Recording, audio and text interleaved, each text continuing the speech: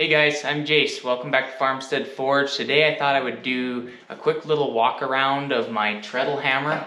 It's a very simple setup. I'm going to go through how I did some different things, and I'm also going to go through a big don't do on yours that I have to fix on this one sometime. Probably hit that toward the end of the video. Also, if you're watching this video, it's probably because I'm out of power in my shop. We're building a whole big addition onto the shop, and I have to take down the 1940s era sketchy copper lines to my shop. So throughout the summer, we're going to be doing some forging in my barn setup where I forge in my barn, and then also probably do some forging videos out of my mobile shop. So we'll get started on this and I'll show you how we did it. Okay, so I don't remember the weight of my sledgehammer that I used. It was just a hammerhead that I got at a garage sale for probably like $1. This piece here is 1-inch sucker rod, and I forged it down to fit my hammer hole, and then I heated it up hot, drove it in so it was a really tight fit, and welded it up while it was hot.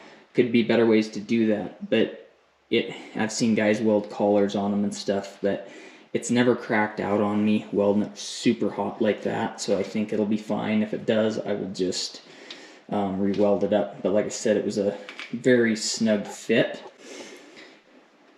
This is just a piece of some drill stem. I put a cap on there for a very important reason, because at the time I had little kids that like to drop things in holes, and now they're a little older so they might not do that, but I figured that would save me some screwdrivers or something. This piece is just an old HiLift Jack that I used that was laying around from a property we cleaned up. You could use anything for that if you wanted to. It took me some playing to get this where I wanted it, so I had a nice center of gravity, a nice pull down. This is a little 50-pound Vulcan anvil that I got at a garage sale, but you could use stacked up metal for that, whatever you wanted. There's so many budget anvils out there these days that you could really just order a little V4 anvil or something for that, or train rail, whatever would work for that.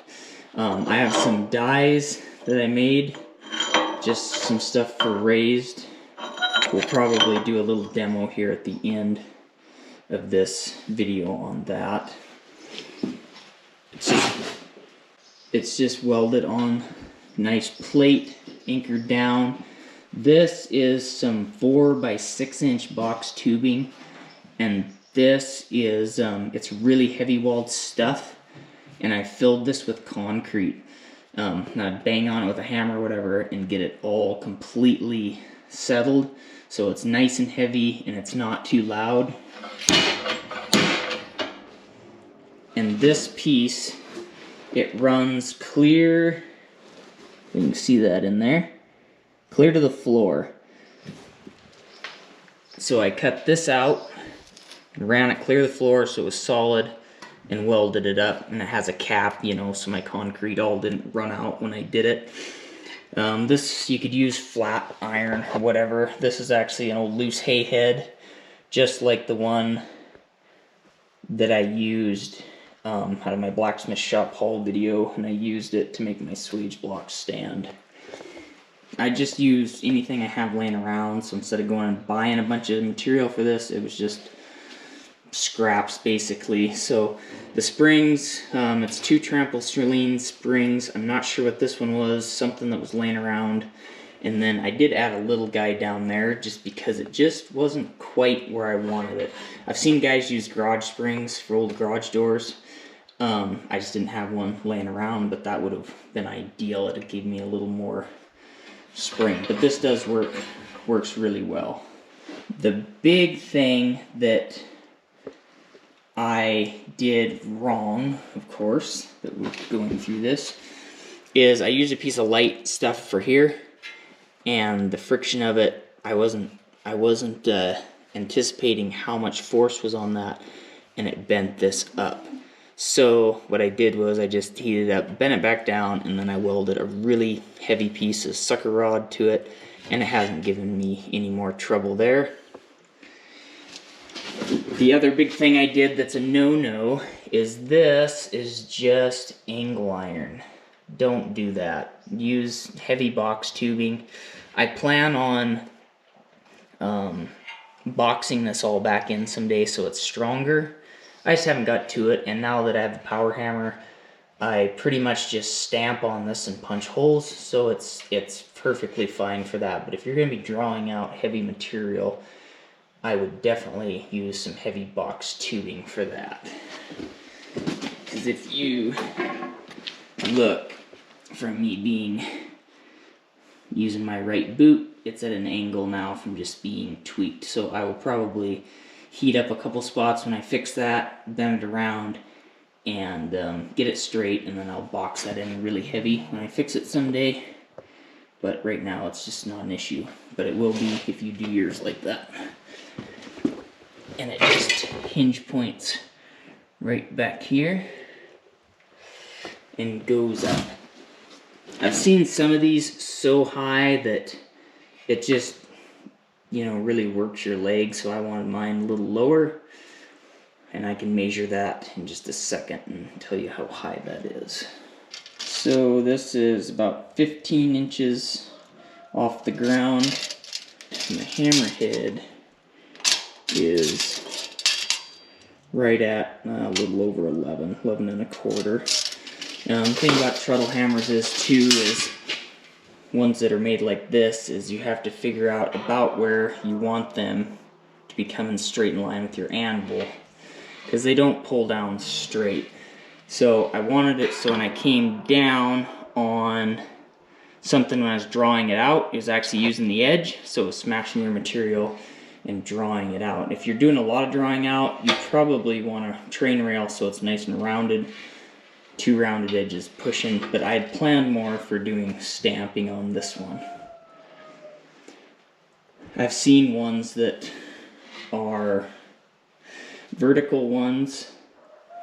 I think John and Black Bear Forge has one, and they would be ideal because you can come straight down and stamp, and I might build one of those someday. And my anvil was about 32 inches high-ish.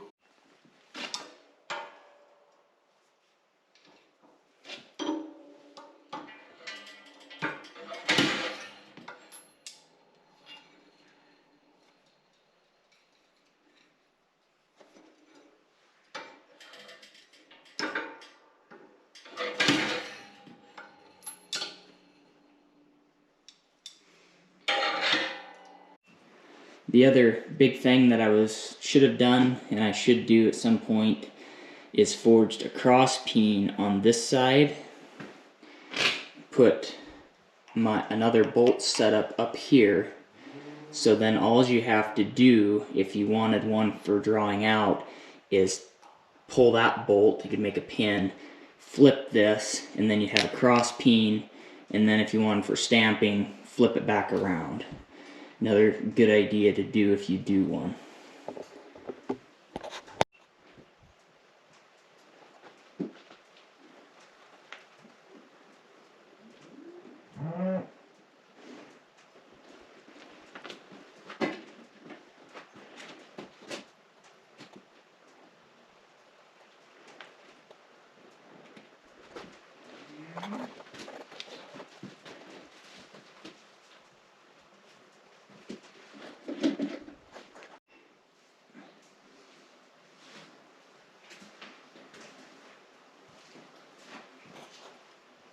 Hey guys, I hope this video helped you out. I hope maybe you took away a couple things that you can do on yours that'll save you a headache.